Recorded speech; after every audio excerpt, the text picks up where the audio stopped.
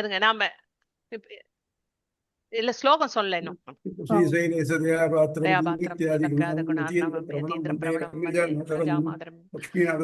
சமாரம்பம் நாதயாமுனமத்யமாம் அஸ்மதாச்சாரிய பர்யந்தம் வந்தே பூர்வமோஹ்தஸ்ததிரோஹ்தநாயமினே அஸ்மத்குரோர்பவதோ சதாயக சிந்தோஹோ ராமானுஜஸ்ய சரணம் சரணம் பிரபத்தே.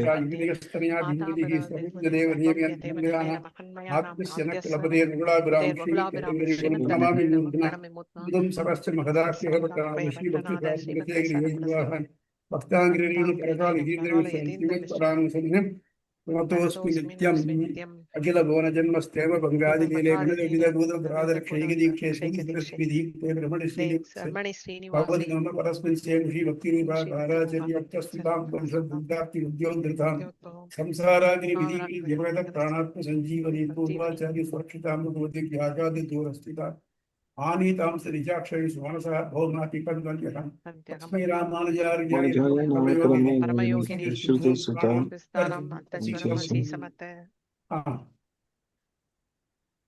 சுவாமி தேவரீருடைய ஸ்பீடுக்கு வரவே முடியல சுவாமி அடியனால. ஸ்லோகம் சொல்றச்ச தேவரீருடைய ஸ்பீடுக்கு ஈடு கொடுத்து வரவே முடியல சுவாமி. கிருஷ்ணா தமிழும் நாப்பழக்கம் வேற என்ன அடியன் தாசன்.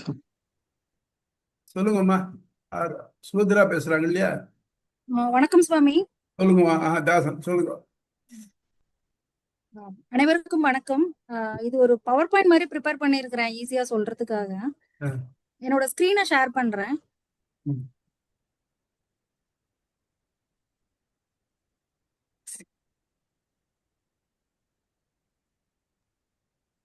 வருதா பாருங்க. இல்லாட்டி only host and co host alone can ஷேர்னு வந்துச்சுன்னா ஜமீலா பண்ணிட்டேன்ப்பா ஷேர் பண்றதுக்கு. பண்ணிட்டீங்களா? சரி சரி. பண்ணிட்டீங்களா மேம்? தெரியுதா மேம் ஷேர் பண்றது? வந்துருச்சு இல்லையா? தெரியுதா மேம்? வரலம்மா. ஓ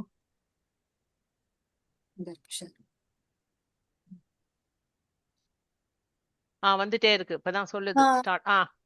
வந்துருச்சு. வந்துச்சா மேம்? Very good. சூப்பர்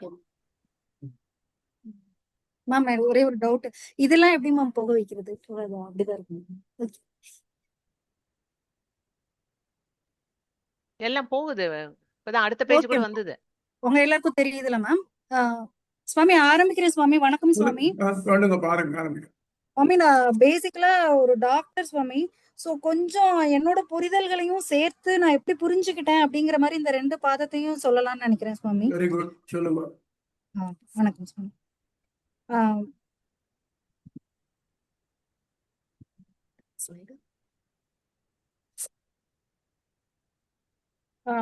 நாம பேசிட்டு இருக்கிறது பிரம்மசூத்திரத்துக்கு ராமானுஜாச்சாரியர் அருளிய ஸ்ரீபாஷ்யம் உரையோட விளக்கங்கள். இந்த ஸ்ரீபாஷ்யம் நம்ம எல்லாருக்குமே தெரியும். சும்மா ஒரு இன்ட்ரோடக்ஷன் மாதிரி சொல்றேன். மொத்தம் 4 அத்தியாயங்கள் இருக்கு. ஒவ்வொரு அத்தியாயத்திலையும் 4 பாதங்கள் இருக்கு. மொத்தம் 545 சூத்திரங்கள் இருக்குது. ராமானுஜாச்சாரியரோட இதுபடி இது 545 சூத்திரங்கள். இதே பிரம்மசூத்திரத்துக்கு சங்கரர் மத்வர் கொடுத்த சூத்திரங்களோட எண்ணிக்கை வேறுபடுது. இப்போ அது போக 156 கருத்துக்களங்கள் அல்லது அதிகரணங்கள், அதாவது 156 கான்செப்டை எடுத்து இதுல டிஸ்கஸ் பண்றாங்க. அப்போ ஒரு அதிகரணங்கள் அல்லது கருத்து களங்களோட அமைப்பு எப்படி இருக்கும் அப்படின்னு பாத்துட்டோம்னா, அதுல ஒரு கருப்பொருள் இருக்கும். அவங்க எதை எடுத்து அவங்க டிஸ்கஸ் பண்றாங்கிற விஷய வாக்கியம் இருக்கும். அந்த வாக்கியத்துல ஏற்படுற சந்தேகங்கள் இருக்கும். அதுக்கு நிலவி வந்த மாற்று கருத்துக்களாகிய பூர்வபக்ஷம் இருக்கும். அப்புறமா அத ராமானுஜர் அந்த கருத்துக்களை ஆதாரத்துடன் கூடிய மறுப்பு கொடுத்திருப்பார். அது ஆக்ஷேபம். பின்பு ராமானுஜாச்சாரியர் தன்னுடைய தற்கொள்கை அறுதியிடல் பண்ணியிருப்பாரு. அது சித்தாந்தம். சோ இந்த அமைப்புலதான் இந்த நூல் நம்ம டிஸ்கஸ் பண்றோம். இப்ப முதல் அத்தியாயத்தோட சுருக்கம் என்னன்னு பார்த்தோம்னா, முதல் அத்தியாயம் உலகை ஆக்கி காத்து அழிப்பது பிரம்மம், உலகின் காரணம் என்று வேறு வேறு பெயர்களால் காட்டப்படுபவையும் பிரம்மமே அப்படின்னு சொல்லி ப்ரூவ் பண்றதுதான் முதல் அத்தியாயம். 2வது அத்தியாயம்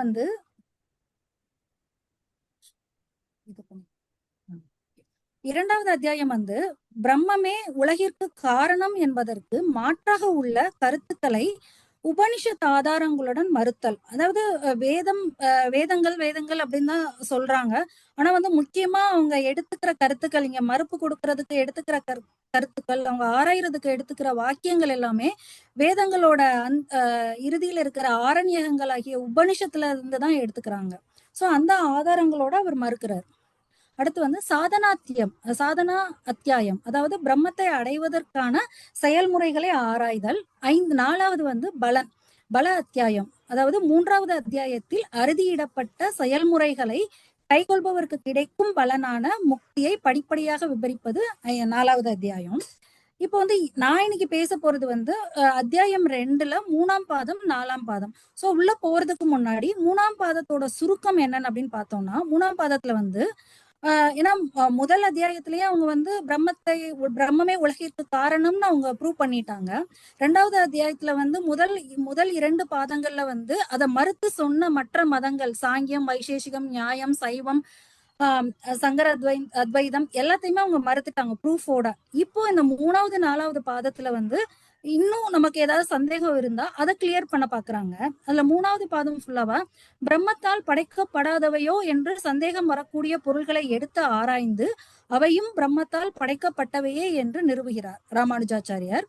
4வது பாதத்துல வேதத்தை ஏற்றுக்கொள்பவர்களுக்கு இப்போ வேதத்தை நான் அக்செப்ட் பண்ணிக்கிட்டேன், உபனிஷத் சொல்றதே நான் அக்செப்ட் பண்ணிக்கிட்டேன், ஸ்டில் 1-2 லைன்ஸ் எனக்கு டவுட்டா இருக்குது, வேற மாதிரி சொல்லுதோ அப்படின்னு சொல்லி அவங்க டவுட் பண்ற மாதிரி ஏதாவது லைன் இருந்தா கூட அதையும் எடுத்து வச்சு அவங்க தெளிவிக்கிறாங்க. இது 4வது பாதம். இப்ப 3வது பாதத்துல அதிகரணங்கள், எத்தனை கருத்துக்களங்கள் பார்த்தோம்னா மொத்தம் 7 கருத்துக்களங்கள் இருக்கு. நான் இதை அப்படியே ஒரு கருத்துக்களங்களா சொல்லிட்டே போகாம இந்த கருத்துக்களங்களை புரிஞ்சுக்கிறதுக்கு எனக்கு என்ன தேவைப்பட்டது அப்படிங்கிற ஆர்டர்ல சொல்லி நான் அதை அப்படியே ஒன்னொன்னா டிஃபைன் பண்ணிடலான்னு பார்த்தேன். அதாவது இந்த கருத்துக்களங்களுக்கு போறதுக்கு முன்னாடி நமக்கு தெரிஞ்சுக்க வேண்டிய ஒரு விஷயம் சிருஷ்டி ஒழுங்கு. ராமானுஜாச்சாரியர் நமக்கு சொன்ன விசிஷ்டாத்வைதம் பேஸ் பண்ண சிருஷ்டி படைப்பு பத்தி நம்ம தெரிஞ்சுக்கிட்டாதான் அடுத்தடுத்த கருத்துக்களங்களை ஆராயிறப்போ நமக்கு ஈஸியா இருக்கும். அதாவது படைப்பிற்கு முன்னால் விசிஷ்டாத்வைதத்துப்படி எது இருந்தது என்றால் பிரம்மம் மட்டுமே இருந்தது. அந்த பிரம்மம் நுண்ணிய நிலையில் இருந்தது. அந்த பிரம்மம் தனித்துல அந்த பிரம்மத்தோட சித்து அசித்து, சேதன அசேதனங்கள், அதாவது ஜீவாத்மாக்கள் மற்றும் மூல பிரகிருதியாகிய பருப்பொருள், இது ரெண்டும் நுண்ணிய நிலையில் ஒட்டி கொண்டு இருந்தன.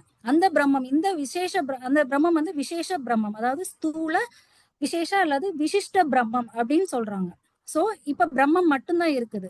பிரம்மம் ஒன்றுதான், ஆனா அது விசேஷ நிலையில் உள்ள பிரம்மம். அதனுள்ள படைக்கும் விருப்பம் தோன்றுது. உலகை படைக்கும் விருப்பம் தோன்றப்போ அது ஸ்தூலமாகுது. அப்போ என்ன பண்ணுது அப்படின்னு பார்த்தோம்னா, அது தன்னிடம் உள்ள அந்த மூல பிரகிருதி, அதாவது பெயர் உரு அற்று நுண்ணிய நிலையில் அதனுடன் ஒட்டி கொண்டு இருக்கும் உயிரற்ற மூல பிரகிருதியில அது சில மாற்றங்களை செய்விக்குது. சோ இந்த விசிஷ்ட பிரம்மம், அதாவது சூக்ஷ்ம விசிஷ்ட பிரம்மம், அந்த ஸ்டேஜ்ல காலம் கிடையாது நமக்கு. எப்போ மூல பிரகிருதியில மாற்றம் ஆரம்பிக்குதோ அப்பத்துல இருந்துதான் காலமும் நமக்கு ஆரம்பிக்குது. இதுல மூல பிரகிருதி அப்படின்றது 3 குணங்கள் சமநிலையில இருக்கிற ஸ்டேட், ரஜஸ், தமோ, சத்வ. அப்போ அந்த மூல பிரகிருதியில இந்த 3 குணங்களோட சமநிலை குலைய ஆரம்பிக்கிற அந்த ஸ்டேஜ் மகான், அந்த இருப்புத்தன்மை பேர் மகான். இந்த ஸ்டேஜ்ல வேறுபட ஆரம்பிக்குது. ஓகே, இந்த ஸ்டேஜ்ல இருந்துதான் நமக்கு காலமும் தொடங்குது. அடுத்து மகான்ல இருந்து தான் என்னுடையது அப்படிங்கிற அந்த ஒரு ஃபீலிங் வருது. அது அகங்காரம் சொல்றோம். இந்த அகங்காரம் ஸ்டேஜ்ல ஏதாவது ஒரு குணம் மிகுந்திருக்கும். ராஜச அகங்காரம், சத்வ அகங்காரம், இல்லைன்னா தாமச அகங்காரம் இது வரும். அடுத்த பிற்பாடுதான் நமக்கு உலகத்துக்கு தேவையான ரா மெட்டீரியல்ஸ் எல்லாமே படைக்க ஆரம்பிக்கிறாரு. நம்ம முக்கியமா தெரிஞ்சுக்க வேண்டியது, இந்த ஸ்டேஜ்ல பரமாத்மா டைரக்டா இதை டைரக்ட் பண்ணிட்டு இருக்கிறாரு ஒரு ஸ்டேஜையும். இப்போ சத்வ அகங்காரம், தாமச அகங்காரம், இந்த ரெண்டோட காம்பினேஷன்ல தான் முதல் பூதமாகிய ஆகாயம், அதாவது ஸ்பேஸ் கிரியேட் ஆகுது. இந்த ஆகாயம், அந்த ஸ்பேஸுக்குரிய தன்மை என்னன்னு பார்த்தோம்னா சவுண்டு, ஒலி. அது இப்ப பாடி வந்ததுன்னா அதுக்குரிய உறுப்பு செவி, காது. அடுத்து ஆகாயத்துல இருந்து காற்று வருது. ஆகாயத்துக்கு அப்புறம் காற்று வருது. காற்றுக்குரிய தன்மாத்திரை தொடு உணர்வு. அதுக்குரிய உடல் உறுப்புன்னு பார்த்தோம்னா தோல். காற்றுக்கு அப்புறமா தீ வருது. அதுக்குரிய தன்மாத்திரை லைட், ஒளி. அதுக்குரிய உறுப்பு கண். அடுத்து நீர்.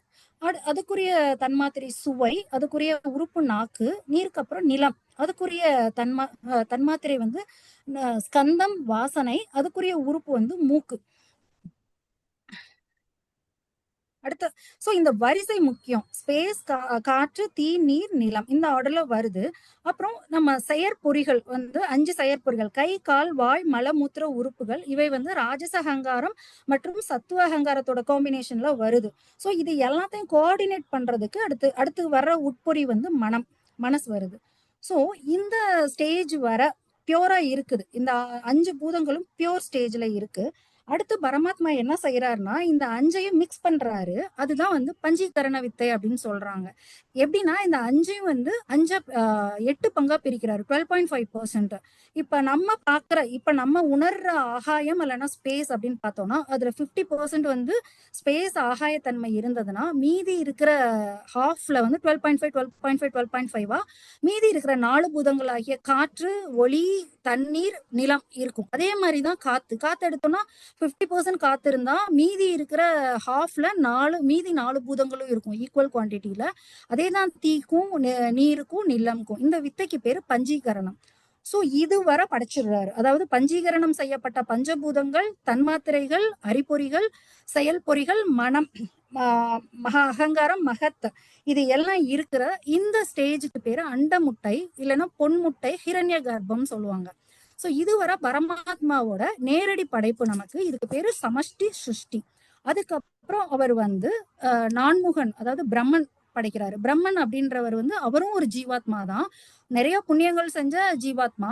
அந்த ஜீவாத்மாவை வந்து இந்த பஞ்சீகரணம் செய்யப்பட்ட அண்டமுட்டைக்குள்ள புகுத்தி பிரம்மனை படைச்சு அடுத்து பிரம்மாட்ட அந்த பிரம்மனோட ஜீவாத்மாக்குள்ள அந்தர்யாமியா பரமாத்மா தான் இருப்பாரு.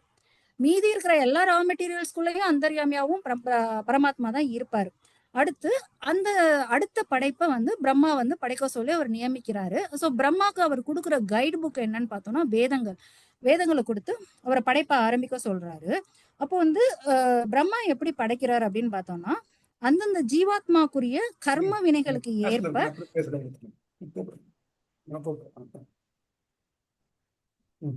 சொல்லுங்க. ஓகே. அந்தந்த ஜீவாத்மாக்களுடைய கர்ம வினைகளுக்கு ஏற்ப அவங்கள உடல்களை குத்தி அவர் வந்து படைப்பை தொடர்றாரு. அதற்கு பேர் வந்து வியஷ்டி சிருஷ்டி அப்படின்றது.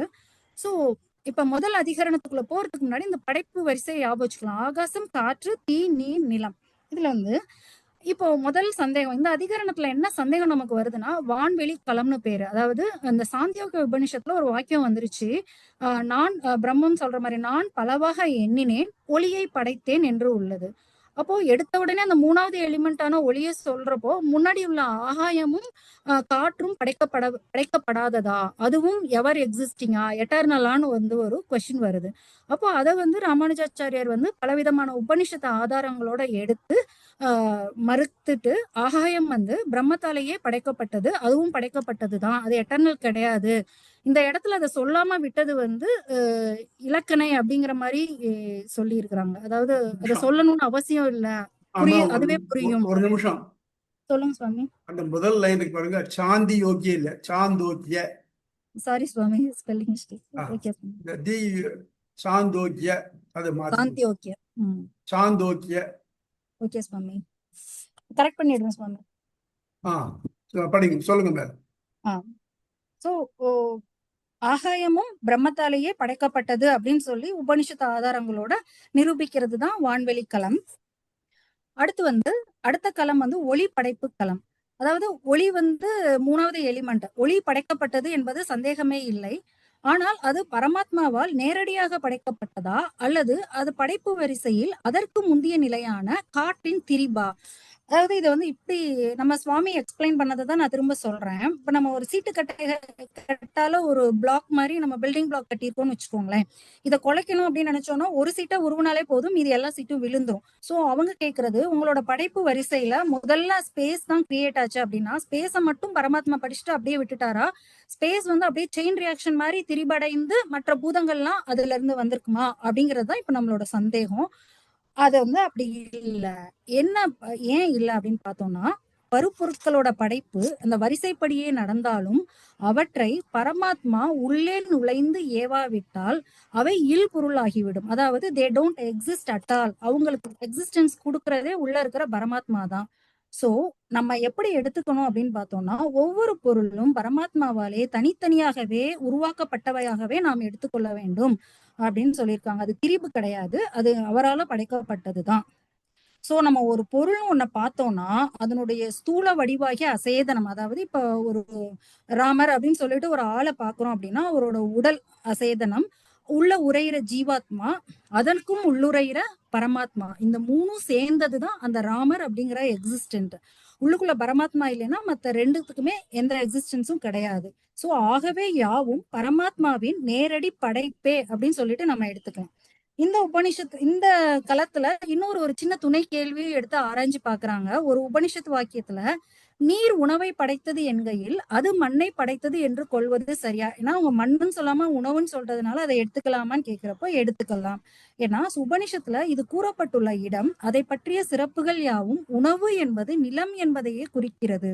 நடைமுறையாகவும் உணவுகள் தோன்றுவதற்கு நிலம் காரணமாவதால் அன்னம் என்பது நிலத்தையே குறிக்கும் சொல்லிட்டு நம்ம எடுத்துக்கலாம் அப்படின்னு சொல்லியிருக்காங்க. இந்த களத்துக்கு அடுத்த களம் ஆத்மா களம். இது ரொம்ப இன்ட்ரெஸ்டிங்கான முக்கியமான களம். இது நம்மளை பத்தின களம். அதாவது ஜீவாத்மாக்களாகிய நாம் படைக்கப்படுகிறோமா இல்லையா என்று விரிவாக இந்த களத்துல ஆராயப்படுகிறது. இதுக்கு முன்னாடி இந்த களத்துக்கு முன்னாடி போறப்ப சில ஃபேக்ட், விசிஷ்டாத்வைதத்தோட சில ஃபேக்ட் நம்ம கிளியர் பண்ணிக்கலாம்.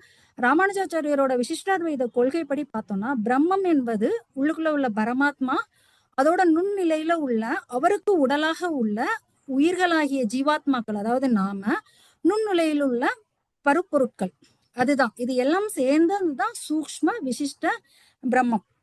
அப்போ பிரம்மம் படைக்கணும் அப்படின்னு நினைச்சதுன்னா அந்த எல்லாம் வல்ல பிரம்மம் தன்னுடைய முற்ற அறிவினால் ஸ்தூலமாகி தன்னிடம் உள்ள மற்ற 2 பண்டங்களையும், மெயினா அந்த உயிரல் பண்டங்களாகிய மூலப்பிரகிருதிய உலகாக பரிணமிக்க வைத்து அதனுள் தானும் நுழைந்து இருத்தலே நாம் காணும் உலகமாக இருக்கிறது.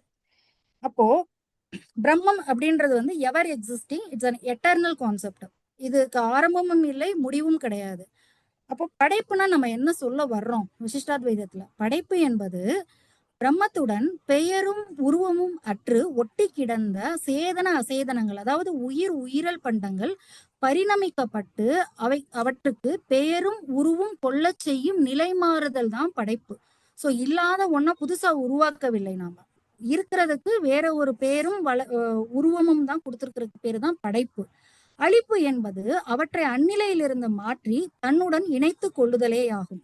இப்போ அப்ப ஜீவாத்மா படைக்கப்பட்டதா இல்லையா அப்படின்னு கேக்குறப்ப ஜீவாத்மா எவர் எக்ஸிஸ்டிங், இட் இஸ் வித் பிரம்மம். சோ அது படைக்கப்படவில்லை, அது எட்டர்னல் பீயிங் அப்படின்றது நமக்கு கிளியர் ஆயிடுது இப்பவே. அப்போ சேதன அசேதனங்கள் எப்போதும் பிரம்மத்துடன் சேர்ந்தே இருக்கும். அவற்றிற்கு தனித்து இயங்கும் தன்மை இல்லாததால் அவற்றை பிரம்மம் என்று தானி ஆகு பெயரால் அழைக்கலாம். ஆனாலும் அவற்றிற்கு பிரம்மத்தின் பண்புகள் ஒருபோதும் ஏற்படுவதில்லை. ஆதலால் அவை பிரம்மத்திலிருந்தே வேறுபட்டவையே. அவன் பிரம்மத்தை சார்ந்து இருக்கிறதுனால நீங்க பிரம்மம்னு சொல்லிக்கோங்க, ஆனா பிரம்மத்துக்கு ஈக்குவல் அது கிடையாது. அதனால அது பிரம்மத்துல இருந்து வேறுபட்டவை, சேர்ந்தும் வேறுபட்டும் இருக்கிறது. அப்போ இது ஒரு சைக்கிள் மாதிரி தான். இதுக்கு ஆரம்பமும் இல்லை முடிவும் இல்லை, நடந்தது திரும்ப நடந்துட்டே இருக்கும். படைப்பு அழிவு, அந்த சைக்கிள். சோ முடிவு என்ன சொல்றோம் இந்த காலத்துல? ஆத்மா படைக்கப்படுவதில்லை, அது எட்டர்னல் பீயிங், அது பிரம்மத்தை சார்ந்து அதனுடன் ஒட்டிய நிலையிலேயே இருக்கிறது. சோ இப்ப நம்மளோட ஸ்டேட்டஸை நாம தெரிஞ்சுக்கிட்டோம். இப்போ இன்னும் ஒரு சின்ன விஷயத்த நான் கிளியர் பண்ணிடலான்னு பார்த்தேன். அடுத்து போறதுக்கு முன்னாடி இன்னொரு கான்செப்ட் எப்படின்னா, நம்ம பாக்குற உலகத்துல நுகர்பொருள், நுகர்வோன், நுகர்வுக்கு காரணம் அப்படிங்கிற ஒரு 3 விஷயங்கள் இருக்கு. இதுல அவங்க நுகர்பொருள் அப்படின்னு சொல்றாங்கன்னா தனக்கென தனித்த உணர்வற்ற அசேதனமாகிய உயிரல் பண்டங்கள். நுகர்வோன் ஞானத்தை உடைய ஜீவாத்மா. நுகர்வுக்கு காரணம் இவை இரண்டையும் நுண்ணிய நிலையிலிருந்து கட்புலனாகும் நிலைக்கு மாற்றி அவற்றிற்கு பெயர் உரு இருப்புத்தன்மை கொடுக்கும் அவற்றின் அந்தர்யாமியான பரமாத்மா. ஒரு சின்ன ஒரு எக்ஸாம்பிள் போட்டிருக்கேன். அதாவது இந்த நுகர்பொருள்ங்கிறது இந்த உலக பொருள்கள் இன்க்ளூடிங் அவர் பாடி, நம்ம உடம்புமே இந்த உலக பொருள்கள்ல தான் வரும், அசேதனத்துல தான் வரும். இதை நுகர்பவன், அனுபவிப்பவன் யாரு? ஜீவாத்மா. இதுக்குள்ள இருக்கிற ஜீவாத்மா. ஆனா இந்த ஜீவாத்மாவும் இந்த உலக பொருள்களும் ஒன்றை அனுபவிக்க அப்படி வேணும்னா கட்டாயமா அங்க வந்து பரமாத்மா இருக்கணும். பரமாத்மாவே இந்த ஜீவாத்மாக்கும் இந்த உலக பொருட்களுக்கும் எக்ஸிஸ்டன்ஸ் கொடுக்கிறார், நுகர்வுக்கு காரணமாக அவர் இருக்கிறார். இந்த ஒரு விஷயத்த நம்ம புரிஞ்சுக்கிட்டோம்னா மேற்கொண்டு போறப்ப ஈஸியா இருக்கும். அடுத்த களம் வந்து அறிவுடைமை களம். இப்போ வந்து ஜீவாத்மாவோட குவாலிட்டிஸ் பத்தி நம்ம பேச ஆரம்பிக்கிறோம். இப்போ ஜீவாத்மாவோட இருப்பு என்ன, அப்படி பிரம்மத்தை சார்ந்து இருக்கு அப்படின்னு சொல்லிட்டோம். ஆனா அது பிரம்மமும் அதுவும் ஒண்ணு கிடையாதுன்னு சொல்லிட்டோம். அது படைக்கப்படவில்லை அப்படிங்கிறதையும் சொல்லிட்டோம். அது இட்டர்னல் பீயிங் சொல்லிட்டோம். இப்போ அதோட நேச்சர் என்ன அப்படின்னு பாக்குறோம். இப்போ நம்ம என்ன சொல்லுறோம், ஆத்மா அதாவது படைப்பு என்பது மெயினா வந்து நடக்கிறது வந்து படைப்புல நிலைமாற்றம் நடக்கிறது எல்லாமே மூல பிரகிருதிக்கு தான். ஜீவாத்மாக்கு அசச் பெருசா சேஞ்சஸ் எதுவும் கிடையாது. அதுக்கு வந்து அந்த உடலுக்குள்ள புகுத்தி அதுக்கு உருவம் கொடுக்கறது தான் படைப்பு. இதுல ஆத்மா எந்த நிலைமாற்றமும் அடைவதில்லை. ஆனா என்ன கொஸ்டின்னா, அந்த ஜீவாத்மா உடலுக்குள் இருப்பதால் இன்ப துன்பங்களுக்கு ஆட்படுவதாலும் நீங்க ஆத்மா நிலைமாற்றம் அடைவதில்லை என்று சொல்வது சரியா அப்படின்னு ஆராயறாங்க இந்த களத்துல. மேலும் ஆத்மாவோட பண்புகள் ஆராயப்படுகின்றன, குவாலிட்டிஸ். அப்போ இத அவங்க பல வேத வாக்கியங்கள் உபனிஷத் வாக்கியங்களை எடுத்து ஆராய்ந்து ராமானுஜாச்சாரியர் நிறுவுற கொள்கைகள் என்னன்னு பார்த்தோம்னா, ஆத்மா அணு அளவிலானது எண்ணிலடங்காதவைன்னு சொல்றாரு. அதாவது டிஸ்கிரீட் என்டைட்டிஸ். அதாவது அவர் ஏன் அதை அவர் சொல்றாரு அப்படின்னா, அது பவர் பாயிண்ட்ல போடல. அவர் சொல்றது வந்து ஆத்மா வந்து இந்த உடலை விட்டு போவதும் வருவதும் இருக்கு. ஆனா அது நமக்கு கட்புலனாகது இல்லை. சோ அதோட வந்து அதை அளவிட முடியாத அளவுக்கு சின்னது, அது அணு அளவிலானது. அதே மாதிரி இப்ப மற்ற மதத்தவர்கள், இப்ப நம்ம சமணர்களை பார்த்தோம்னா அது வந்து ஆத்மா எங்கும் நிறைந்தது அப்படின்றாங்க. அத்வைதிகள் வந்து ஆத்மான்னு ஒண்ணு கிடையவே கிடையாதும்பாங்க, எல்லாமே பிரம்மம்பாங்க. சோ அப்படியெல்லாம் கிடையாது. ஆத்மாக்கள் வந்து டிஸ்கிரீட் என்டைட்டிஸ் தான். அதோட சைஸ்ன்னு பார்த்தோம்னா அது அணு அளவினானது, அதாவது ரொம்ப சூக்ஷ்மமான வடிவம். அது போறதும் வரதும் நமக்கு கட்புலனாகாது. அதோட நம்பர் எவ்வளவு எத்தனை இருக்கும்னு பார்த்தோம்னா இன்ஃபைனிட் எண்ணிக்கையில இருக்கும் அப்படின்னு சொல்றாங்க. சோ அது எங்க இருக்கு இந்த உடல்ல அப்படின்னு பார்த்தோம்னா இதயத்தில் உறைவதாக வேதங்கள் சொல்கின்றன.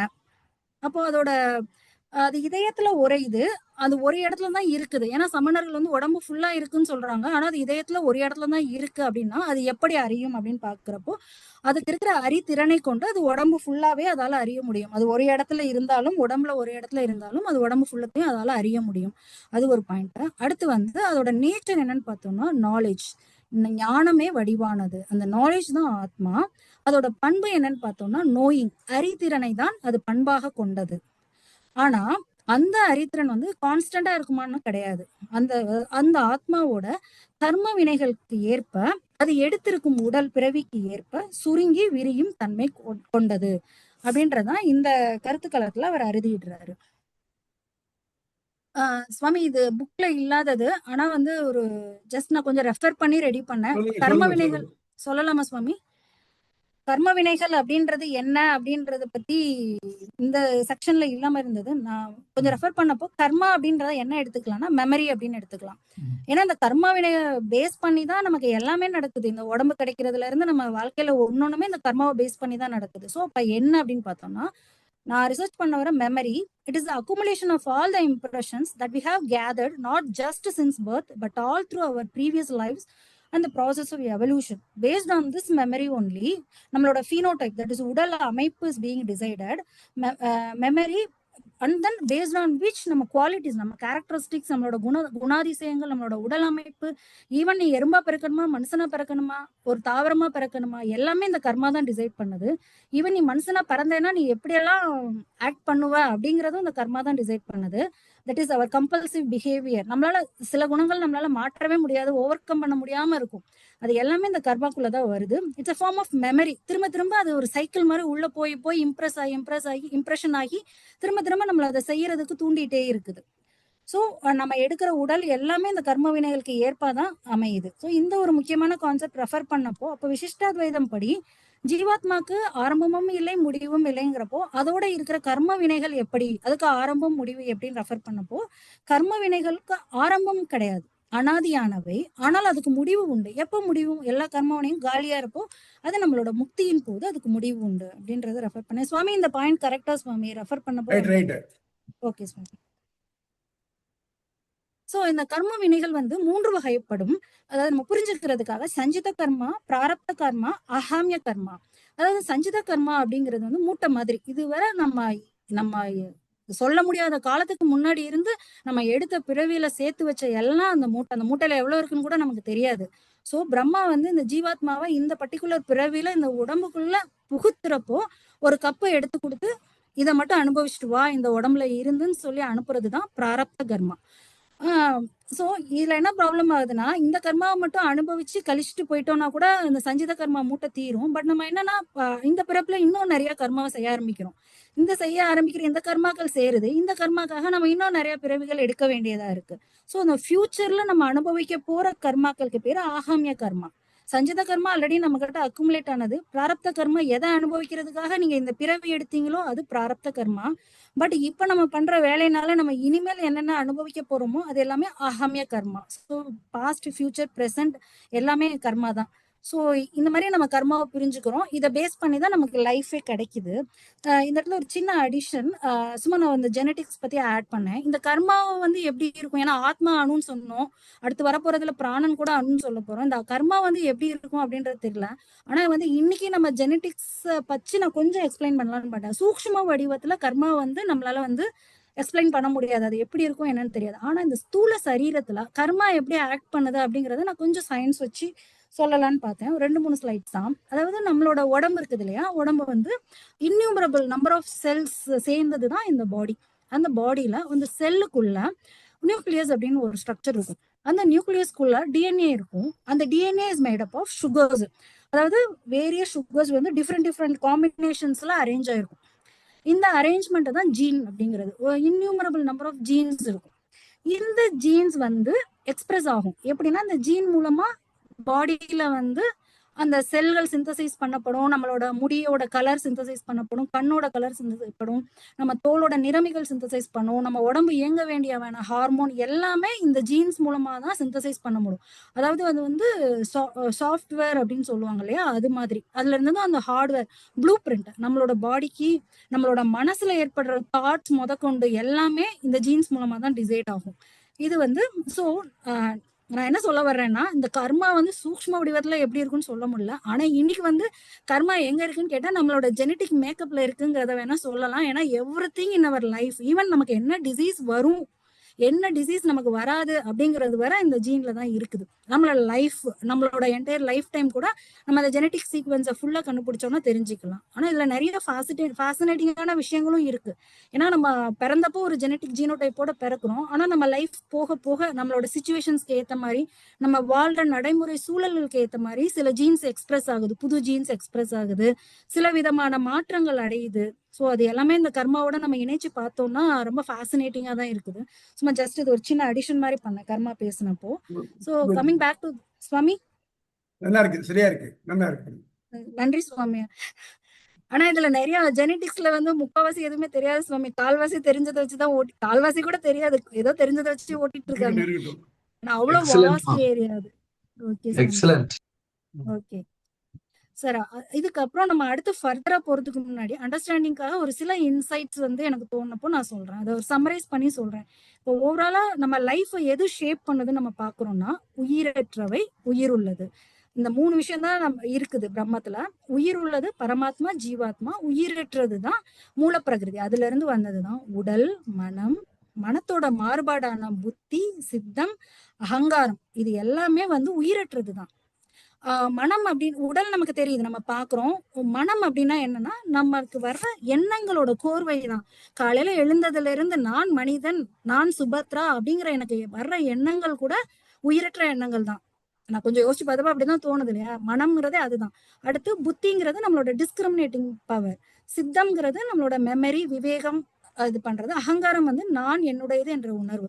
சோ இந்த ஜீவாத்மா இந்த உயிரற்றதை பேஸ் பண்ணி தன்னோட லைஃப அமைச்சுக்குது அப்படின்னு பார்த்தோம்னா, ஏன்னா இது எல்லாமே பேஸ்ட் ஆன் வாட், இந்த கர்ம வினைகள், இந்த முக்குணங்கள், இந்த ராஜச தாமச சத்வ அந்த குணங்களால இழுக்கப்படுது, கர்ம வினைகளால இழுக்கப்பட்டு இது ஒன்னொன்னும் ஒரு மாதிரி இருக்குது. ஒருத்தருக்கு நல்ல மனசு, ஒருத்தருக்கு கெட்ட மனசு, ஒருத்தருக்கு சிறந்த புத்தி, ஒருத்தருக்கு சுமாரான புத்தி, அந்த மாதிரி எல்லாமே அமைப்பு இருக்கு. ஆனா இந்த ஜீவாத்மா வந்து இதுதான் தான் மயங்கி இது பின்னாடி போறப்போ அது வந்து எண்ணற்ற இன்ப துன்பங்களை அனுபவிக்குது. திரும்ப திரும்ப இதுகளுக்குள்ளேயே சுத்தி திரும்ப திரும்ப கர்மாவை அக்குமுலேட் பண்ணி திரும்ப திரும்ப அதை கழிக்கிறதுக்கு பாடி எடுத்து அது இந்த பிறவி சுழல்லே இருக்கு. ஆனா அது வந்து இன்னொரு உயிருள்ள முற்றறிவான பரமாத்மாவை நோக்கி அதை திருப்பிக்கிச்சுன்னா அது வந்து என்னைக்கும் அதோட நேச்சுரல் ஸ்டேட்டான பரமானந்த அந்த ஆனந்த நிலை அந்த அறிவையான நிலையை அடைஞ்சிரும் அப்படின்றது என்னோட இன்சைட். இதுல நம்ம உயிரற்றது எது உயிருள்ளது எதுன்னு புரிஞ்சுக்கிட்டாலே எது பின்னாடி போகக்கூடாது அப்படிங்கிற ஐடியாவாவது நமக்கு வரும் அப்படின்றதுனால இதை பிரிச்சு போட்டு பார்த்தேன் இந்த டேபிளர் காலம்.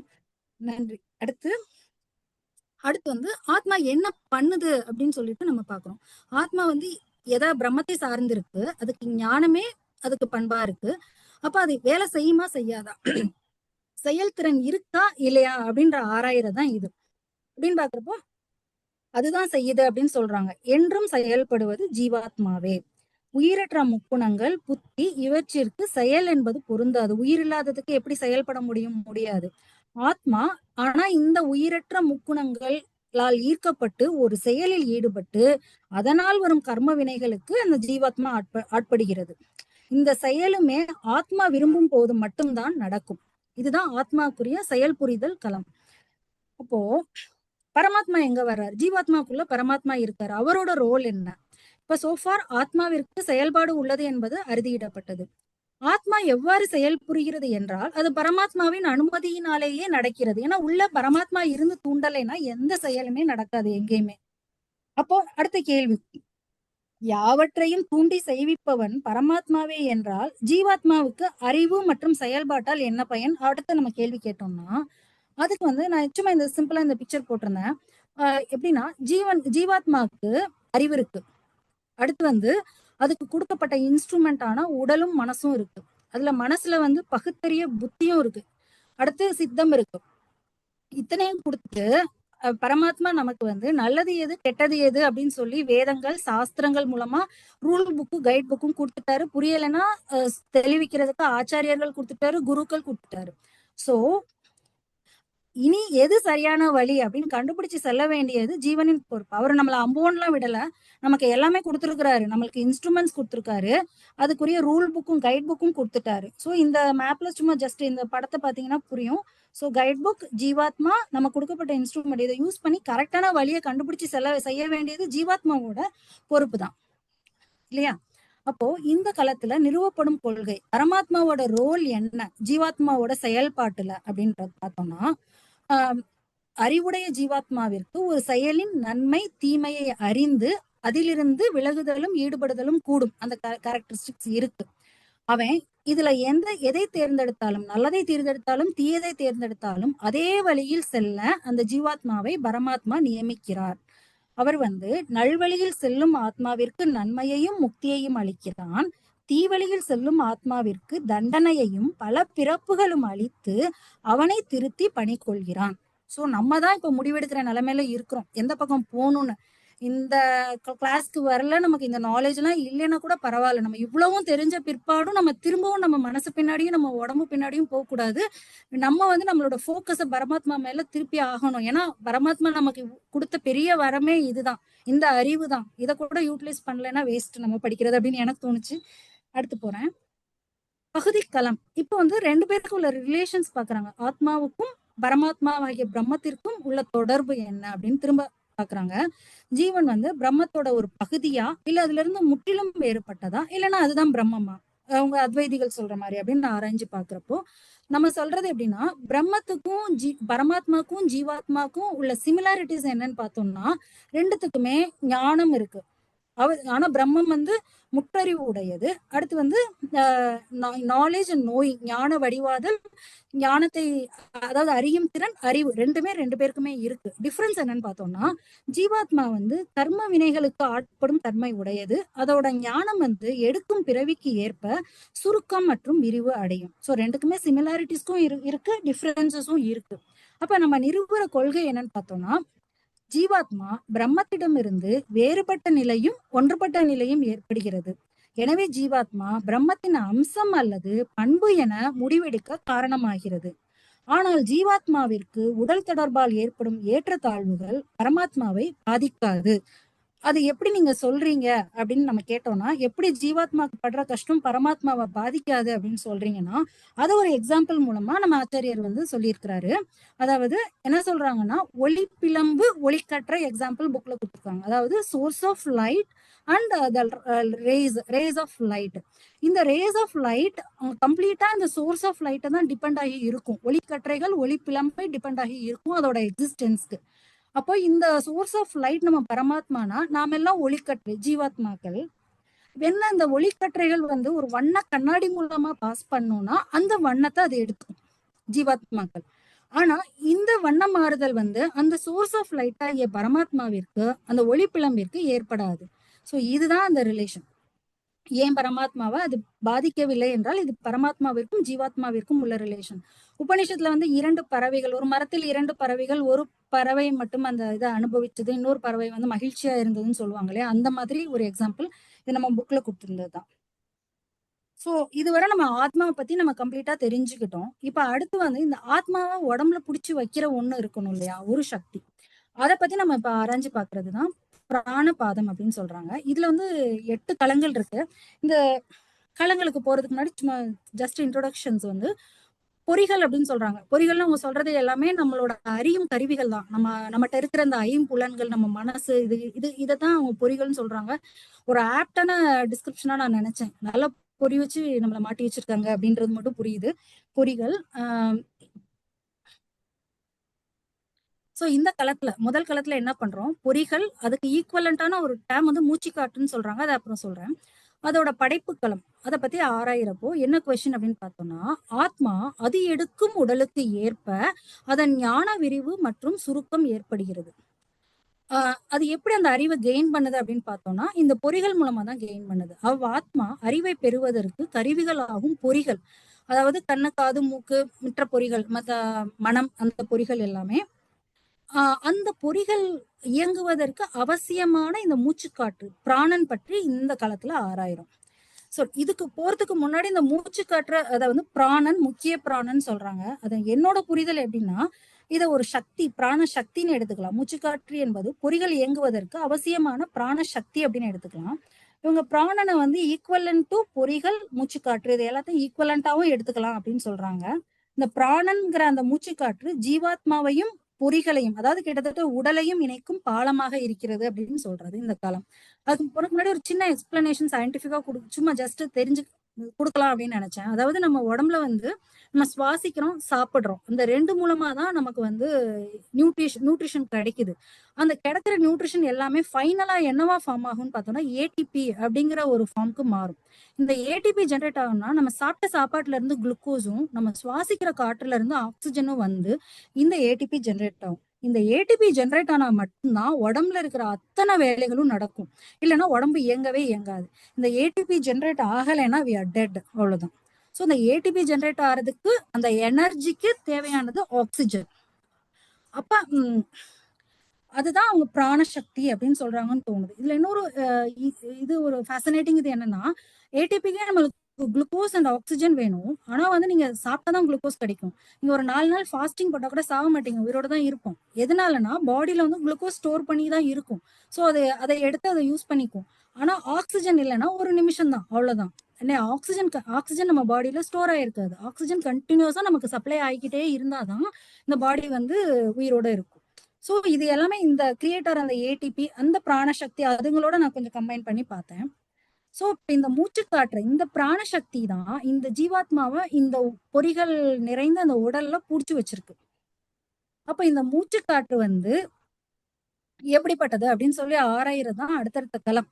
இதுல வந்து பொறிகள் மற்றும் மூச்சுக்காற்று படைப்பு களம். இதுல வந்து சதபத பிராமணத்துல ஒரு வரி வருது, படைப்புக்கு முன் இருந்த ரிஷிகள் அப்படின்னு சொல்றது. அப்ப படைப்புக்கு முன்னாடி இருந்தது யாரு? இப்ப நம்ம சிருஷ்டி ஒழுங்குல பார்த்தது படைப்புக்கு முன்னாடி இருந்தது பிரம்மம் மட்டும்தான். பிரம்மத்தோட நுண்ணிய நிலையில இருந்த ஜீவாத்மாக்கள் மற்றும் உயிரல் பண்டங்கள். சோ அதுதான் இருந்ததுங்கிறப்ப இந்த ரிஷிகள் அப்படிங்கிற சொல் வந்து யாரை குறிக்குது அப்படின்றப்போ, சில ரிஷிகள் அப்படிங்கிற சொல்லுக்கு பொறிகள் அப்படிங்கிற ஒரு அர்த்தம் இருக்கிறதாவும் அந்த அந்த போர்ஷன்ல வந்து டிஸ்கஸ் பண்ணியிருந்தாங்க. அப்புறம் ஃபைனலா டிஸ்கஷனோட முடிவுல ரிஷிங்கிற அந்த சொல் வந்து பரமாத்மாவை தான் குறிக்குது. அத ரிஷிகள் அப்படின்னு சொன்னதுக்கு காரணம் உயர்வு நவிச்ச அணிதான் அப்படின்னு சொல்லி போட்டு முடிச்சிருந்தாங்க. அந்த அதிகரணத்துல சொல்லிட்டேன்.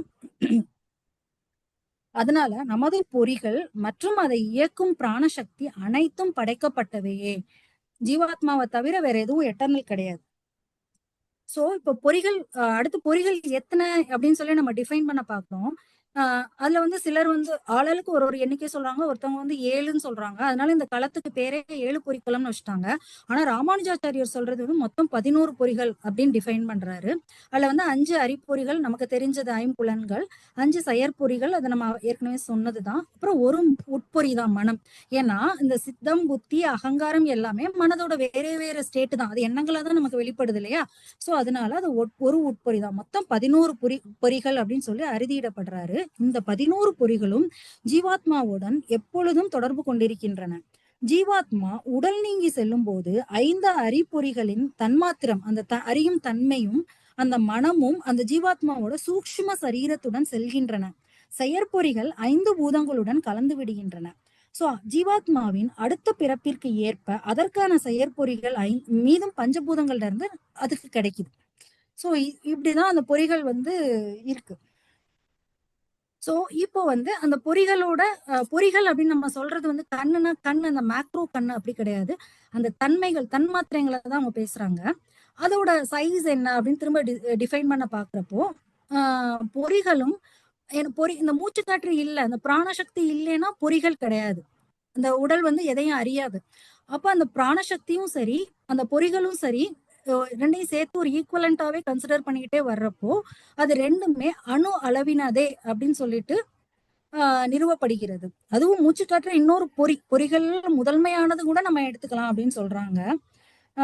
ஏன் அணு அளவினதே அப்படின்னு சொல்றோம்னா, உடலை விட்ட ஆத்மா நீங்குகையில் அந்த பொறிகள் ஆத்மாவுடன் செல்வதாலும் மேலும் அந்நிலையில் அவை கட்புலனாகதாலும் பொறிகள் வந்து அணு அளவினதே அப்படின்னு சொல்லிட்டு ப்ரூவ் பண்றதுதான் அணு பொறிக்களம். அடுத்து வந்து மூச்சுக்காற்றை பத்தி எடுத்துக்கிறாங்க. மூச்சுக்காற்று எது என்று ஆராயப்படுகிறது. அதாவது ரெஸ்பிரேஷன் நடக்கணும், ஆக்சிஜன் வேணும், ஏடிபி ஜெனரேட் ஆகணும். ஆனா இப்ப வந்து ஒரு டெட் பாடி இருக்கு, வெளியில ஆக்சிஜன் இருக்கு. சுவாமி சொன்ன எக்ஸாம்பிள் தான் இது. நம்ம மூக்குக்குள்ள பம்ப் வச்சு நம்ம ஆக்சிஜனை புஷ் பண்ணா கூட அந்த பாடி எந்திரிக்க போறது கிடையாது. அப்போ வெறுமனே வெளிக்காற்றின் தூண்டுதலால் ஏற்படும் தனித்த செயல் பிராணன் கிடையாது. அது ஒரு சிறப்பு நிலை வாயுவின் இறப்பு தான் பிராணன். அதுவும் வந்து உடலில் ஆத்மா உள்ளவரை அவற்றுடன் பிரிக்க இயலாத வாயுவின் சிறப்பு நிலை இருப்பே பிராணன் அப்படின்னு சொல்றாங்க. அது ஒரு சூக்ஷ்மமான இது. இதன் மூலமாவே ஆத்மாவின் இருப்பையும் பொறிகளின் செயல்பாட்டையும் அறிய முடிவதால் இதுவும் ஒரு பொறியாகவே கருதப்படுகிறது. ஆனா இது வந்து 24 தத்துவத்துல இது ஒண்ணு கிடையாது. இது ஒரு தனி தத்துவம் கிடையாது அப்படின்னு சொல்றதுதான் வலி செயல் களம். சோ இதுல வந்து 5 வகையான அந்த பிராணனையே 5 வகையா டிஸ்கிரைப் பண்ணியிருக்கிறாங்க. அதுல வந்து பிராணவாயு பிராணன் அப்படிங்கிறது அந்த மூச்சு காற்றோட ரிலேட்டட். உதாரணன் வந்து களத்துல இருக்கிறது, சமானன் வந்து சமநிலைப்படுத்தி சென்டர்ல இருக்கிறது, அபானன் வந்து கீழ் நோக்கிய இயக்கங்களை கட்டுப்படுத்துது, வியானன் வந்து பாடி ஃபுல்லா பிளட் சர்க்குலேஷன் கட்டுப்படுறதுன்னு சொல்லிட்டு இந்த பிராண சக்தி இதை நான் பாக்குறப்ப இதை காத்துன்னு சொல்றதை விட நான் புரிஞ்சுக்கிட்டது வந்து ஒரு எனர்ஜி ஃபோர்ஸா தான் நான் பாடிக்குள்ள புரிஞ்சுக்கிறேன். இதை பஞ்ச பிராணன் பத்தி டிஸ்கிரைப் பண்ணியிருக்காங்க வலி செயல் காலத்துல. அடுத்து வந்து வலி அணுக்களம், திரும்ப அதோட சைஸ ப்ரூவ் பண்றாங்க. அப்போ இந்த பிராணன் வந்து எல்லா உயிர்களும் ஃபங்க்ஷன் ஆயிட்டு இருக்கிற எல்லா உலகிலையும் எல்லா பிராணிகளோடையும் இருக்கு, மனுஷன்ட்ட மட்டும் கிடையாது. அப்போ நமக்கு ஒரு டவுட் வரலாம், அது எங்கும் நிறைந்ததோ என்ற ஐயம் ஏற்படுமானால் இல்லை. இந்த காற்று வேணா இந்த உலகத்துல எங்கனாலும் நிறைஞ்சிருக்கலாம், வெளிக்காற்று வழிகாற்று. ஆனா உடம்புல இருக்கிற அந்த பிராணன் அப்படிங்கிறது அது எங்கும் நிறைந்தது கிடையாது. அதுவும் டிஸ்கிரீட் என்டைட்டி தான், ஆத்மா மாதிரி. ஏன்னா பிராணன் உடலை விட்டு செல்லுதல் வருதல் என்று குறிப்பிடப்படுவதால் திரும்ப அதுவுமே ஒரு கட்புலனாகாத சூக்ஷ்ம நிலைங்கிறதுனால அதுவும் அணு அளவினதே அப்படின்னு சொல்றதுதான் பலி அணு களம். அடுத்து வந்து எதனால இந்த பிராணசக்தி உள்ள வருது, உடம்புக்குள்ள வருது போவது, இதை யார் தூண்டுறா அப்படின்னு நம்ம ஆராயிற களம் தான் வலி தீ தூண்டல் களம். அதாவது இதுக்கு முன்னாடி உள்ள அத்தியாயங்களே இது சொல்லி இருக்கிறாங்க. இந்த பொறிகள், இந்த பஞ்சபூதங்கள் இவற்றிற்கெல்லாம் தேவதைகள் நியமிக்கப்பட்டிருந்தாலும் அவர்கள் பரமாத்மாவால் இயக்கப்பட்டே அவரவர் வேலையை செய்கிறார்கள். ஜீவனை அதனது வினைப்பயனை தூய்க்க வைக்கிறார்கள். எனவே இந்த மூச்சுக்காற்று உடலில் இருந்து போவதும் வருவதும் பரமாத்மாவின் தூண்டுதல் தான் அப்படின்னு சொல்லி ப்ரூவ் பண்றது வழி தீ தூண்டல் களம். அடுத்து வந்து பொறிகள் களம். அதாவது இன்னொரு இங்க என்ன கொஸ்டின் அரைஸ் ஆகுதுன்னா, ஜீவாத்மா உடலை விட்டு கிளம்பி போகுது, அப்ப பொறிகள் எல்லாமே சூக்ஷ்ம வடிவத்தோட ஜீவாத்மாவோட போகுதுங்கிறப்ப இந்த பிராணன் வந்து அதோட சேர்ந்து போகுதா அப்படின்னு போறப்ப இல்லை, ஆத்மா உடல் நீங்கி செல்லும் போது பிராணன் அதனுடன் செல்வதில்லை, பொறிகளின் சூக்ஷ்ம வடிவம் மட்டுமே ஆத்மாவுடன் செல்கிறது அப்படின்னு சொல்லி முடிக்கிறது தான் பொறிகள் களம். இதுதான் ஃபைனல், ஒரு கிட்டத்தட்ட ஒரு சம்மரி மாதிரி இந்த இடம் இருந்தது. பெயர் உரு விரிவடைதல் களம். இதுவரை மூல பிரகிருதியை, முதல்ல சொன்ன அதே சிருஷ்டி ஒழுங்குதான் திரும்ப சொல்றாரு. இதுவரை மூல பிரகிருதியை மாற்றமடைய செய்து 24 தத்துவமாக்கல், ஆத்மாக்களை அந்த ஸ்தூல சரீரத்தின் மூலம் தனித்து செயல்பட வைத்தல், இவை எல்லாமே பரமாத்மாவின் செயலே என்று அறுதியிடப்பட்டது.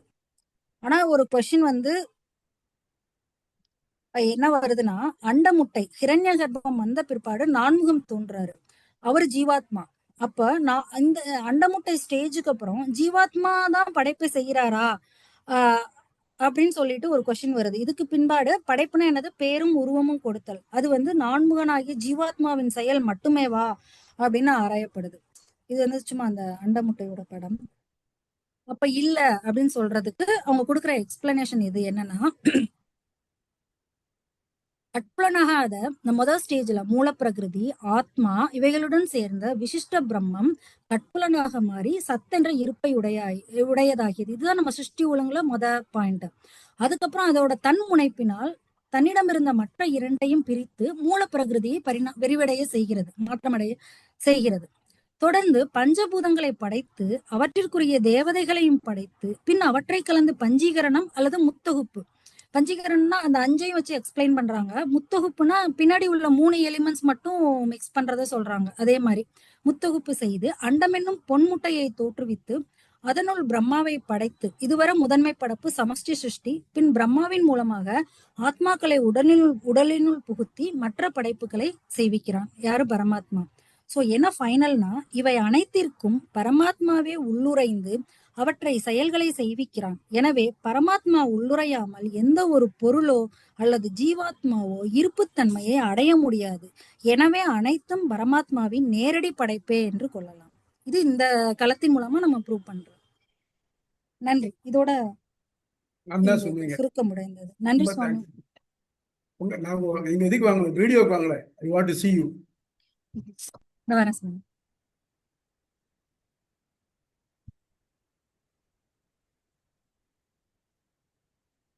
எங்கடா இருக்கு ஸ்கிரீன் வருது.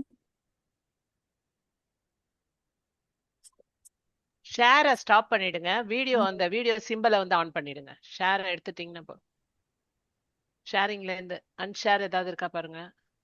ஷேர் இல்ல மேம், ஷேர்ல இருந்து வெளியில வந்துட்டு அந்த வீடியோ மாதிரி ஒரு சிம்பல் இருக்குமே, அது கோடு போட்டிருக்கோம், அதை இது பண்ணி பாருங்க. இது இருக்குல்ல, கேமரா இருக்குமே லேப்டாப்ல. கேமராலாம் இருக்குது மேம், ஆன் ஆயிடுச்சு. நீங்க நல்லா சொன்னீங்க, இருக்கீங்க, நல்லா எடுத்திருக்கீங்க. நீங்க என்ன பண்ணிருக்கீங்க? அவங்க வந்தாங்களே சுவாமி, இதுக்கு வந்தாங்களே ஸ்ரீரங்கத்துக்கு வீட்டுக்கு வந்தேன்ல சுவாமி, ஸ்ரீரங்கத்துக்கு வந்தேன் இல்லையா. நான் மெடிக்கல் காலேஜ்ல ப்ரொஃபஸரா இருக்கேன் சுவாமி, பெத்தாலஜி என்னோட ஸ்பெஷாலிட்டி. அதனாலதான் கேட்டேன். எனக்கு இந்த மாதிரி சொல்லி இதாவது கோஜென்ட்டா எடுத்து சொல்றதுக்கு அது தவிர நீங்க கொடுத்த உதாரணங்கள் ஸ்லைட்ஸ் எல்லாம் ரொம்ப நல்லா இருந்தது. அதனாலதான் சொன்னேன். என்ன பண்ணிருக்கீங்க, சிரமப்பட்டிருக்கீங்க. ரைட், வெரி குட், ரொம்ப தேங்க்ஸ். சிரமம்லாம் இல்ல சுவாமி, இது ரொட்டீனா நம்ம ஸ்டூடண்ட்ஸ்க்கு எக்ஸ்பிளைன் பண்றதுக்காக இதை செய்யறதா அப்படியே பழகிடுச்சு சுவாமி. நல்ல மெத்தட். ஏன்னா சில விஷயங்கள் நான் எக்ஸ்ட்ரா புகுத்துனது அதிக பிரசங்கித்தனமா இருக்குமோன்னு மட்டும்தான். இல்ல அதிக பிரசங்கித்தனம் இல்ல, நீங்க தெரியும். நல்லா இப்ப புரிய வைக்கிறதுக்கு ஒரு மனசுல நமக்கு என்ன தெரியுமோ அது இன்னொருத்தர் மனசுல ஏத்துறதுக்கு என்னென்ன மெட்டீரியல்ஸ் உண்டோ எல்லாத்தையும் எடுத்து உபயோகப்படணும். நமக்கு 1000 தெரியலாம், அதெல்லாம் நமக்கு பூரா புரிஞ்சுக்கான்னு சொல்ல முடியாது. ஸோ ஸ்டூடெண்ட்ஸ் புரிஞ்சுக்கிற மாதிரி நம்ம எந்த மெத்தட்ல சொல்லலாம் புரிஞ்சுக்கணும், அது புரிஞ்சுக்கிட்டு பண்ணணும். ரைட், ரொம்ப சந்தோஷம், நல்லா பண்ணீங்க. எனக்கு ஒரு சந்தேகம் ரொம்ப நாளா கேட்கணும்னு நினைச்சேன். சொல்லுங்க.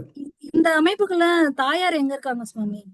இந்த அமைப்பு, இந்த சிருஷ்டி ஒழுங்குல தாயார் அப்படின்னு எடுத்துக்க வேண்டியது மூல பிரகிருதியா இல்ல எது சுவாமி? தாயாருங்கிறது பெருமாளுடைய ஒரு குணம்னு எடுத்துக்கணும். அதாவது பெருமாளுடைய மாயைன்னு சொல்றோம், இந்த மூல பிரகிருதிக்கு காரணமா இருக்கக்கூடிய இருக்கு இல்லையா, அது தாய். அதுதான் அவன் வந்து இப்ப நம்ம பொறுத்த மட்டும் 2 வேண்டு இருக்கு. உயிரல்லது உயிர்ங்கிறத வந்து புருஷன் எடுத்தனம்னாக்க, பிரகிருதிங்கிறது தாயாரா இருக்கு. நமக்கு அது ஆரம்பிக்கிறதுக்கு 2 வேணும். அதுதான் பெருமாளும் தாயாரும். அதனாலதான் இது பேர் ஸ்ரீ பாஷ்யம். ஸ்ரீன்னு சொல்றது ஸ்ரீக்கு தாயாரை தான் குறிக்கும். எப்பவுமே பெருமாள் வந்து தனக்குள்ளவே ஸ்ரீயை வச்சுட்டு இருக்கார். அதே மாதிரி அகாரம் இருக்கு பாருங்க, ஓம்ங்கிறதுல ஆ ஊ மால ஆ அப்படிங்கிறதுலயே தானாவே தாயாரோட சேத திருமாலை தான் சொல்லியிருக்கு, ஸ்ரீமன் நாராயண சொல்லிருக்கு. ஆகவே படைப்புனா 2 வேணும். Every coin has 2 sides. அதுல பெருமாள் இருக்குச்சு, அவர் தாயார் இருந்தா தான் நமக்கு இந்த படைப்புங்கிறது எக்ஸ்பிளைன் பண்ண முடியும். ஒருத்த மட்டுமே இருந்தா அவன் தான் பண்ணினான்னு சொன்னாக்க இது ஒரு தட்டு இது பண்றது. அதனாலதான் இது 2 சேர்த்து சொல்றேன். சுவாமி, என்னோட டவுட் என்னன்னா, மூல பிரகிருதி உயிரற்றது அப்படின்னா தாயார் ஜீவாத்மா இல்லையா? தாயார் ஜீவாத்மாக்களின் ஜீவாத்மா தான், சந்தேகமே எல்லாம் தாயார் ஜீவாத்மா தான். ஆனா இந்த ஜீவாத்மா மூல பிரகிருதியோட மூல பிரகிருதிய தன் வசத்துல வச்சுட்டு கூடியவள் சொல்றான். தாயார் ஒத்துவண்டி ஆக்சுவலா இதுல வைஷ்ணவ சித்தாந்தத்துல வைஷ்ணவ சம்பிரதாயத்துல வரக்கூடியது தாயார். தாயார் என்ன பண்றாள்னாக்க, தாயார் வந்து நம்ம பராசர பட்டர் வந்து ரகசியங்க ராஜசுவாமி எழுதியிருக்கார்.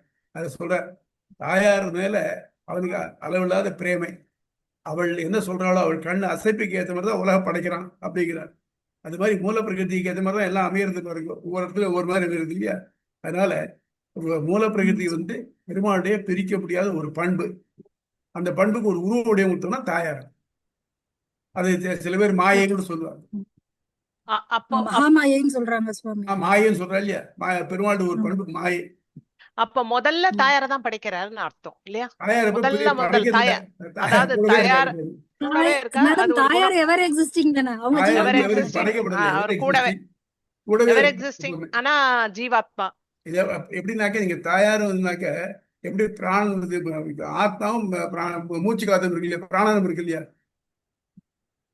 ஆத்மாவோட பிராணம் இருந்துட்டே இருக்கு. அந்த மாதிரிதான் தாயாரும் பெருமாள். தாயாரும் பெருமாள்.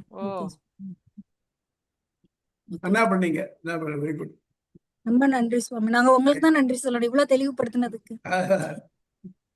நீங்க பியூட்டிஃபுல்லா இருந்தது சுவாமி. நீங்க பாலாஜி சுவாமி ஹரிதாசன், இத வந்து நம்ம இத அனுப்ப முடியும்னா நம்ம வெங்கிக்கு அனுப்பிச்சு வைங்களேன். ஓகே சுவாமி, நான் மாமி கிட்ட இருந்து வாங்கிட்டு அனுப்பிச்சு வைங்க. சுபத்ரா குரூப்ல போட்டுருங்க பிபிடிய. பிபிடி போடுறேன் மேம். அது வந்து அடியன் வந்து வெங்கி சுவாமிக்கு அனுப்பிச்சிடுறேன்.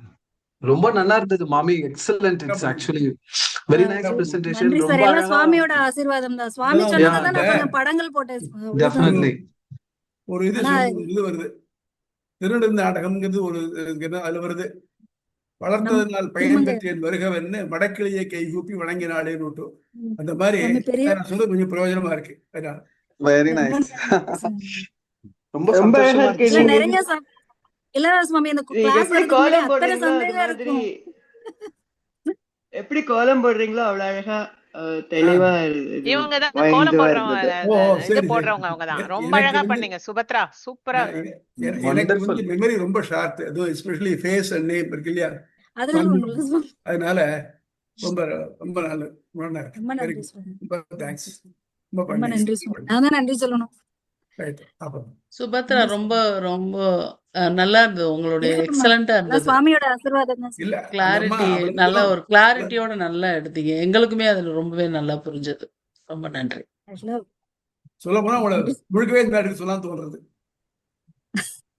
சுவாமி அடியன் வந்து இந்த பாயிண்ட் யோசிச்சேன் சுவாமி. அது மாதிரி எல்லா மத்த அத்தியாயத்துக்கு கூட அவங்களுக்கு எப்ப டைம் கிடைக்குதோ அப்ப இந்த மாதிரி ஸ்லைட் ப்ரிப்பேர் பண்ணாலும்னா நல்லா இருக்கும் அப்படின்னு தோணி பண்றப்போ வந்து நமக்கு அவ்வளவு இன்சைட்ஸ் கிடைக்குது இல்ல சார்.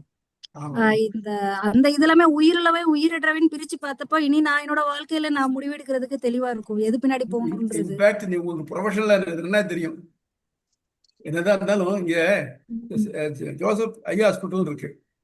அவங்க வந்து கிறிஸ்டியன்ஸ் இருந்தாலும் என்ன எழுதியிருப்பாங்க, மருந்து அளிப்பவன் மருத்துவன், குணமளிப்பவன் ஆண்டவன் மட்டும். அந்த மாதிரி 2 திங்ஸ் இருக்கு. டாக்டர் மருந்தாந்திரம் உயிரை தர முடியாது. ஆமா உயிர் உள்ளது ஒண்ணு, உயிரற்றது ஒண்ணு இருக்கணும். இந்த 2 ஆமா சேர்த்து சுவாமி. சேர்த்து வைக்க எப்படி சேர்த்து வைக்கிறதுங்கிறது தான் பிரச்சனையே. இப்போ இந்த 2 ஆமா பிரியாம சுவாமி. சேர்த்து வைக்கிறது எப்படிங்கிறது தான். அந்த வேலையை தான் மருத்துவர்கள் செஞ்சுட்டு இருக்காங்க. வேற ஒண்ணும் இல்லை. ஆனா சுவாமி நாங்க படிக்கிறப்போ அந்த லைஃப் அப்படிங்கறது எப்படி அந்த உடம்புக்குள்ள வருதுங்கிறது இன்னைக்கு வர ஒரு ஃபேசினேட்டிங். அதுல ரிசர்ச் பண்ணிட்டே இருக்காங்க. என்னமோ நாங்க கண்டுபிடிச்சிருவோங்கிற ரேஞ்சில தான் ரிசர்ச் பண்றாங்க. ஆனா பாத்தீங்கன்னா நம்மளோட ஆச்சாரியர்கள் எவ்வளவு தெளிவா அதை சொல்லி இருக்காங்க அப்படின்னு பாக்குறப்போ அப்படி ஒரு கூஸ் பம்ஸா இருந்தது. That is it. வேற ஒண்ணும் நம்ம கர்மா பேசிக் இருக்கு பாருங்க. இந்த கர்மா தியரிக்கு ஈக்குவலன்ட் வேற எதுவும் கிடையாது. மற்ற மதங்கள் இருக்கு.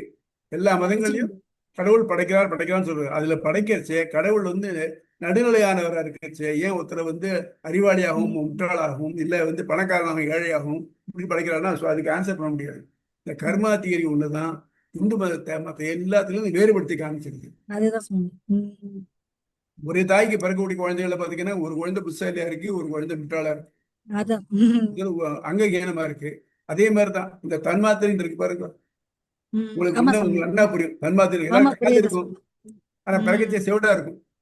ஆமா சுவாமி. காது இருக்கே ஏன் கேட்கலனாக்க காதிற்கு வாசம் தான். ஏன் காது கேட்கறது தன்மை வேணுமே, அதான் தன்மாத்திரை. ஆமா சுவாமி. இது அந்த காலத்துல என்ன எழுதி வச்சிருக்காங்க. எவ்வளவு தெளிவா எழுதி இருக்கிறாங்க சுவாமி. ஆமா, ரொம்ப நன்றி சுவாமி. ரொம்ப நன்றி. நல்லா புரியுது. நன்றி சுவாமி. அப்புறம் சுபத்ரா சூப்பரா பிரசன்ட் பண்ணீங்க மேடம். நல்லா இருந்தது. நல்ல கிளாரிட்டி. ரொம்ப thank you very much for the presentation. Thank you. ஒரே ஒரு விஷயம், இங்க இந்த ரைட்டை எழுதிங்க இல்லையா, ஆமா சார். இதுல சில ஸ்பெல்லிங் மிஸ்டேக்ஸ் இருக்கு. ஆமா இருக்கு சுவாமி. நான் சரி பண்ணிடுறேன். அதை கொஞ்சம் பாத்துங்க. அவ்வளவுதான். நான் சரி பண்ணி போடுறேன் சுவாமி குரூப். அதான் அதற்குங்கிறது பாத்தீங்கன்னாக்கா இருக்கு அப்புறம் இக்கு வராது. ஆமா சுவாமி. ஆமா கல்யாணத்துக்கு அப்புறம் நேரம் வராது. அது மாதிரி 2 இடத்துல வராது. இலக்கண பிள்ளைகள். சரி சுவாமி. Very good. ரொம்ப தேங்க்ஸ். நன்றி சுவாமி. நன்றி. ரொம்ப தேங்க்ஸ் சுபத்ரா. ரொம்ப அழகா இருக்கு. இருக்கட்டும்மா.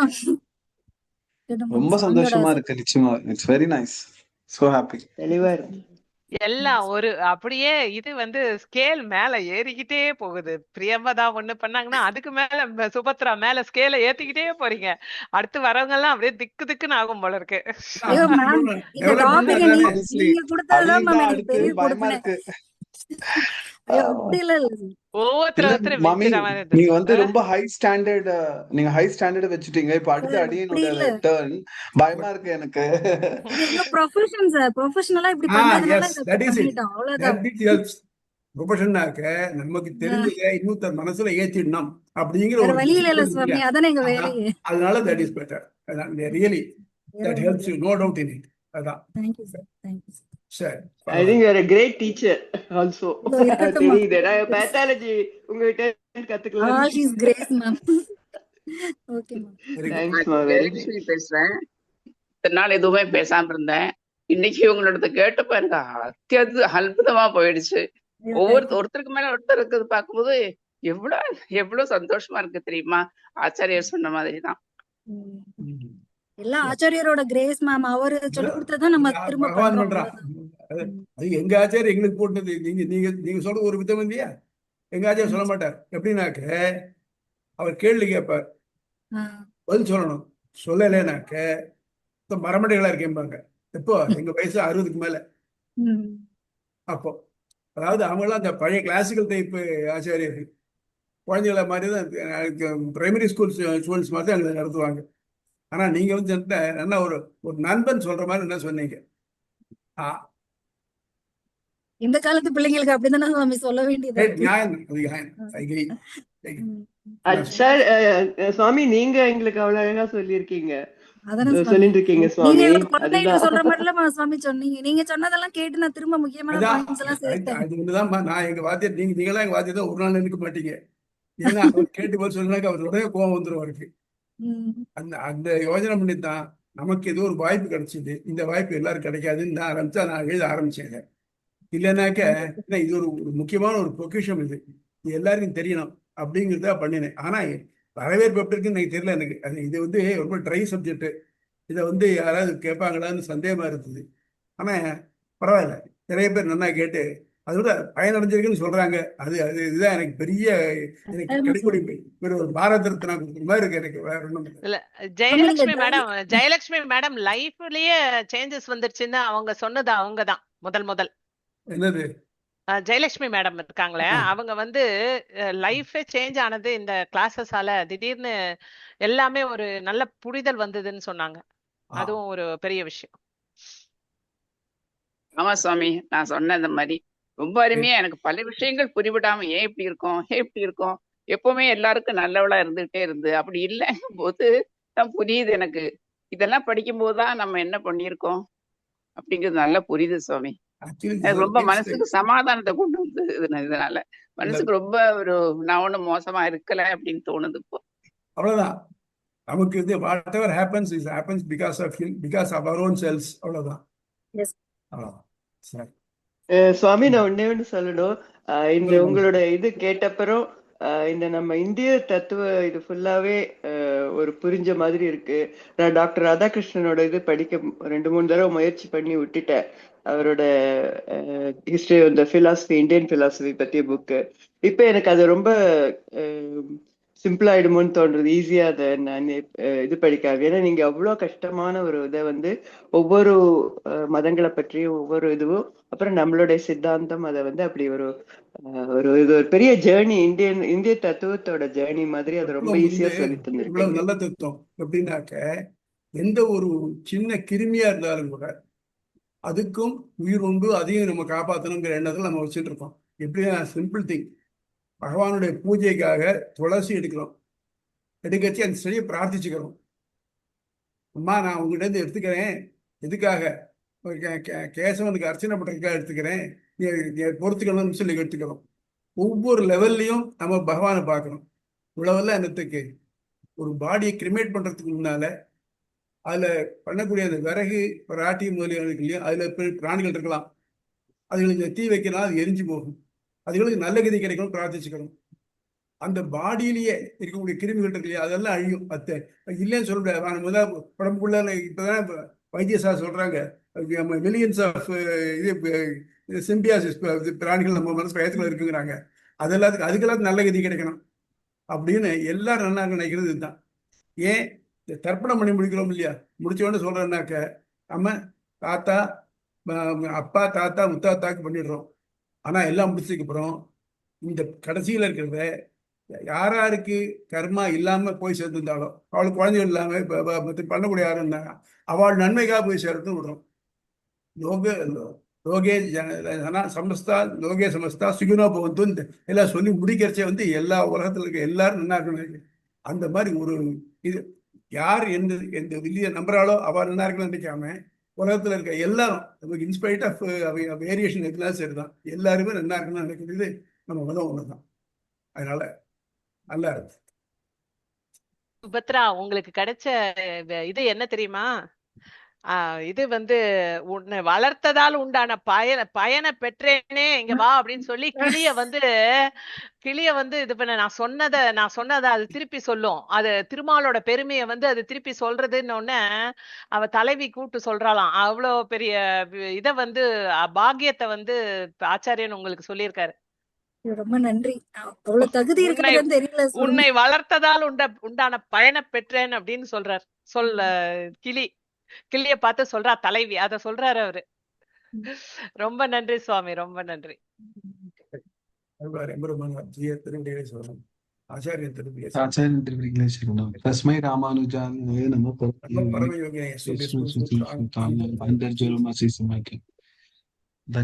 சுவாமி அடியேன் தாசன் சுவாமி.